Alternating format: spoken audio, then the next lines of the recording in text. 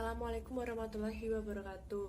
Perkenalkan, nama saya Curnelia Yuniati, NPM 181446000140, dan rekan-rekan saya Rinda Mailani, NPM 181446000004, Noviani Dwi Astuti, NPM 181446000027, dan Yosi Ike Nawangsari, NPM 181446000030, yang akan mempresentasikan tentang manajemen sekolah inklusi. Manajemen inklusi adalah pengelolaan administrasi yang berada di sekolah inklusi. Saya Yosi Ike Nawangsari. Di sini saya akan menjelaskan mengenai dua manajemen di sekolah inklusi. Yang pertama ada manajemen kesiswaan.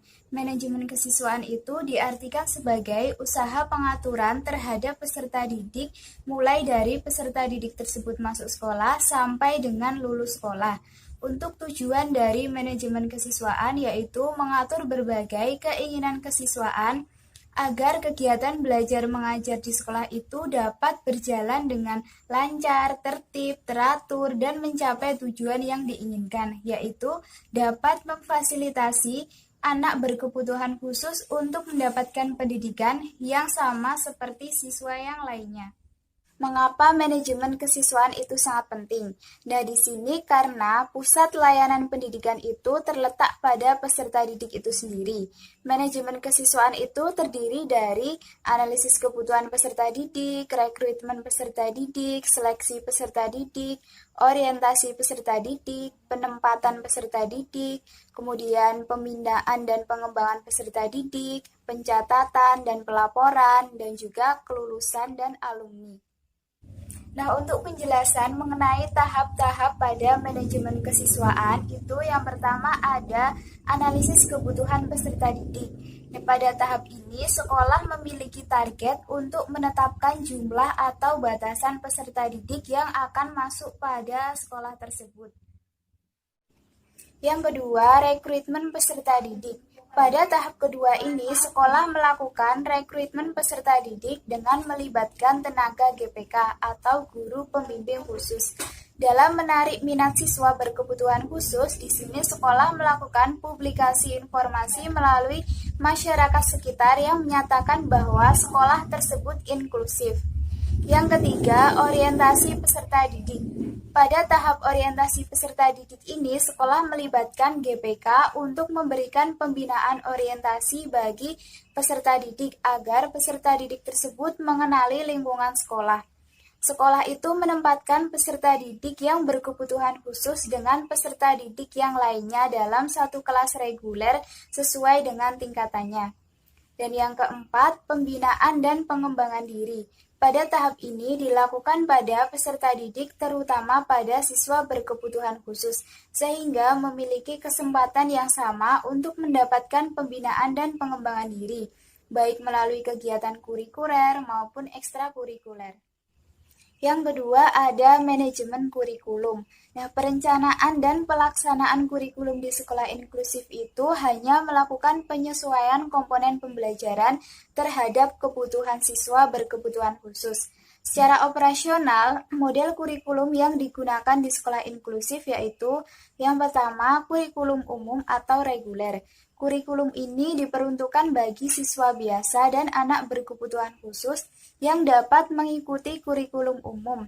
Kurikulum yang digunakan pada sekolah inklusif pada dasarnya menggunakan kurikulum reguler, namun karena ragam hambatan yang dialami peserta didik berkebutuhan khusus sangat bervariasi mulai dari yang sifatnya ringan, sedang, kemudian sampai yang berat, maka dalam implementasinya kurikulum reguler ini perlu dilakukan modifikasi sehingga sesuai dengan kebutuhan peserta didik. Yang kedua, kurikulum modifikasi. Kurikulum ini digunakan untuk anak berkebutuhan khusus yang tidak dapat mengikuti kurikulum umum secara penuh. Kurikulum ini guru memodifikasi dari strategi pembelajaran, jenis penilaian, maupun pada program tambahan lainnya yang tetap mengacu pada kebutuhan siswa berkebutuhan khusus. Yang ketiga, kurikulum yang diindividualisasikan. Kurikulum ini diperuntukkan bagi anak berkebutuhan khusus yang sama sekali tidak dapat mengikuti kurikulum umum. Nah, model kurikulum program pembelajaran individu atau PPI merupakan kurikulum yang dipersiapkan guru program PPI yang dikembangkan bersama tim pengembang dengan melibatkan guru kelas, guru pendidikan khusus, kepala sekolah, orang tua, dan tenaga ahli yang terkait. Jadi, pada penentuan model kurikulum itu disesuaikan dengan kebutuhan dan karakteristik siswa berkebutuhan khusus. Maka, untuk mengetahui kebutuhan dan karakteristik siswa tersebut, sekolah inklusif harus mengidentifikasi kebutuhan-kebutuhan khusus. Manajemen tenaga kependidikan adalah pengelolaan kinerja sumber daya manusia kependidikan dalam penyelenggaraan sekolah inklusif. Dan tenaga kependidikan itu sendiri adalah tenaga pendukung operasional penyelenggaraan pendidikan di sekolah atau personil yang bertugas dalam menyelenggarakan KBM, melatih, meneliti, intervensi, dan memberikan pelayanan teknis dalam bidang pendidikan. Ketenaga kerjaan dalam sekolah inklusif meliputi guru kelas, guru mata pelajaran, dan guru pembimbing khusus atau GPK. Yang pertama ada guru kelas. Guru kelas adalah pendidik atau pengajar pada kelas tertentu di sekolah inklusif dengan tugas sebagai berikut. Yang pertama adalah menciptakan iklim belajar yang kondusif. Yang kedua adalah menyusun dan melaksanakan asesmen akademik dan non-akademik. Yang ketiga adalah menyusun rencana pembelajaran atau program pembelajaran individual bersama dengan GPK. Yang keempat adalah melaksanakan kegiatan pembelajaran, penilaian, dan tindak lanjut sesuai dengan rencana pembelajaran yang telah ditetapkan. Yang kelima adalah memberikan program pembelajaran remedial dan pengayaan sesuai dengan kebutuhan peserta didik. Yang keenam adalah menyusun program dan melaksanakan praktik bimbingan bagi semua siswa. Yang kedua ada guru mata pelajaran. Guru mata pelajaran adalah guru pada mata pelajaran tertentu yang sesuai dengan kualifikasi yang telah dipersyaratkan. Tugasnya ada yang pertama, menciptakan iklim belajar yang kondusif. Yang kedua, menyusun dan melaksanakan asesmen akademik. Yang ketiga, menyusun rencana pembelajaran atau program pembelajaran individual bersama dengan GPK. Yang keempat, melaksanakan kegiatan pembelajaran, penilaian, dan tindak lanjut sesuai dengan rencana pembelajaran yang telah ditetapkan. Yang kelima, memberikan program remedi pengajaran, pengayaan sesuai dengan kebutuhan peserta didik. Yang ketiga ada guru pembimbing khusus atau GPK, adalah guru yang memiliki kompetensi sekurang-kurangnya S1 pendidikan luar biasa atau kependidikan yang memiliki kompetensi kepelbn pendidikan khusus. Tugasnya ada, yang pertama, membantu sistem koordinasi dan kolaborasi antar dan inter tenaga pendidikan dan kependidikan serta masyarakat. Yang kedua, membangun jaring kerja antar lembaga, layanan kesehatan, dunia usaha, dan lain-lain. Yang ketiga, menyusun instrumen asesmen akademik dan non-akademik bersama dengan guru kelas dan guru mata pelajaran. Yang keempat, ada menyusun program pembelajaran individual bagi peserta didik berkebutuhan khusus bersama dengan guru kelas dan guru mata pelajaran. Yang kelima, menyusun program layanan kompensatoris bagi peserta didik berkebutuhan khusus. Saya Noviani Dwi Astuti, NPM 181446027. Yang keempat ada manajemen sarana prasarana. Sarana prasarana pendidikan pada dasarnya dapat dikelompokkan dalam 4 kelompok, yaitu tanah, bangunan, perlengkapan, dan perabot sekolah. Agar semua fasilitas tersebut memberikan kontribusi pada jalannya proses pendidikan, hendaknya dikelola dengan baik. Prasarana pendidikan dapat diklasifikasikan menjadi 2 macam sarana prasarana, meliputi prasarana pendidikan yang secara langsung digunakan untuk proses belajar mengajar. Contohnya, ruang teori, ruang perpustakaan, ruang laboratorium. Dan yang kedua ada prasarana pendidikan yang keberadaannya tidak digunakan untuk proses belajar mengajar, tetapi sangat menunjang pelaksanaan proses belajar mengajar. Contohnya, ruang kantor, ruang kepala sekolah, kamar mandi, UKS, dan tempat parkir kendaraan. Tujuan dari manajemen sarana prasarana di sekolah yaitu yang pertama, mengupayakan pengadaan sarana dan prasarana sekolah melalui sistem perencanaan dan pengadaan yang hati-hati dan seksama, sehingga sekolah memiliki sarana dan prasarana baik sesuai dengan kebutuhan sekolah. Yang kedua ada mengupayakan pemakaian sarana prasarana pendidikan sekolah secara tepat dan efisien. 5 ada manajemen keuangan. Salah satu unsur yang penting dimiliki oleh suatu sekolah agar menjadi sekolah yang dapat mencetak anak didik yang baik adalah dari segi keuangan. Pengelolaan keuangan sekolah sangat penting hubungannya dalam pelaksanaan kegiatan sekolah. Komponen keuangan sekolah merupakan komponen produksi yang menentukan terlaksananya kegiatan belajar mengajar bersama komponen-komponen lain. Salah satu unsur yang penting dimiliki oleh suatu sekolah agar menjadi sekolah yang dapat mencetak anak didik yang baik adalah dari segi keuangan. Pengelolaan keuangan sekolah sangat penting hubungannya dalam pelaksanaan kegiatan sekolah.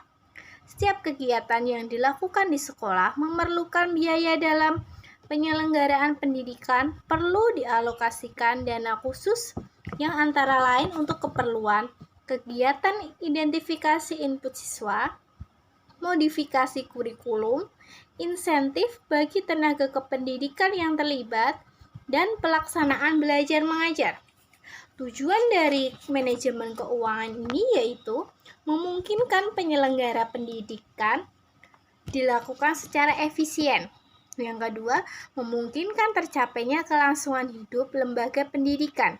Dan yang ketiga, dapat mencegah adanya kekeliruan, kebocoran, ataupun penyimpanan penggunaan dana dari rencana semula. Manajemen lingkungan adalah layanan pendidikan yang mengikut sertakan anak berkebutuhan khusus belajar bersama di sekolah reguler yang disesuaikan dari segi kurikulum, sarana, dan pendidikan. Yang selanjutnya ada fungsi manajemen di sekolah inklusi. Dalam manajemen terdapat fungsi-fungsi yang terkait, yaitu ada 6 fungsi manajemen yang terdiri dari fungsi perencanaan, pengorganisasian, pengarahan, pengkoordinasian, pengendalian, dan juga pengevaluasian. Yang pertama ada fungsi perencanaan atau planning. Perencanaan pendidikan inklusi merupakan kegiatan menentukan tujuan serta merumuskan pendayagunaan manusia, keuangan, metode, peralatan, serta seluruh sumber daya yang ada untuk efektivitas pencapaian tujuan pendidikan secara efektif dan efisien. Yang selanjutnya ada fungsi pengorganisasian atau organizing. Pada pendidikan inklusif itu menyangkut tentang pembagian tugas untuk diselesaikan setiap anggota dalam upaya pencapaian tujuan yang telah direncanakan. Dalam pengorganisasian ini yang dilakukan adalah yang pertama, penerimaan fasilitas, perlengkapan, dan staf yang diperlukan untuk melaksanakan rencana. Yang kedua, pemilihan, pelatihan, dan pemberian informasi kepada staf. Yang selanjutnya adalah fungsi pengarahan. Fungsi pengarahan pada manajemen adalah fungsi yang berhubungan dalam memberikan bimbingan kepada rekan kerja sehingga mereka akan menjadi pendidik yang berpengetahuan dan akan bekerja efektif menuju sasaran yang telah ditetapkan sebelumnya. Fungsi-fungsi manajemen di sekolah inklusi. Yang keempat ada fungsi pengkoordinasian atau coordinating, yaitu coordinating atau pengkoordinasian merupakan salah satu fungsi manajemen untuk melakukan berbagai kegiatan-kegiatan agar tidak terjadi kekacauan, percekcokan, kekosongan kegiatan dengan jalan menghubung-hubungkan, menyatupadankan, dan menyelaraskan pekerjaan bawahan sehingga terdapat kerjasama yang terarah dalam usaha mencapai tujuan bersama atau tujuan organisasi. Pengendalian atau controlling sama dengan pengawasan, mengatur kegiatan sesuai atau tidak dengan persyaratan yang telah ditentukan rencana.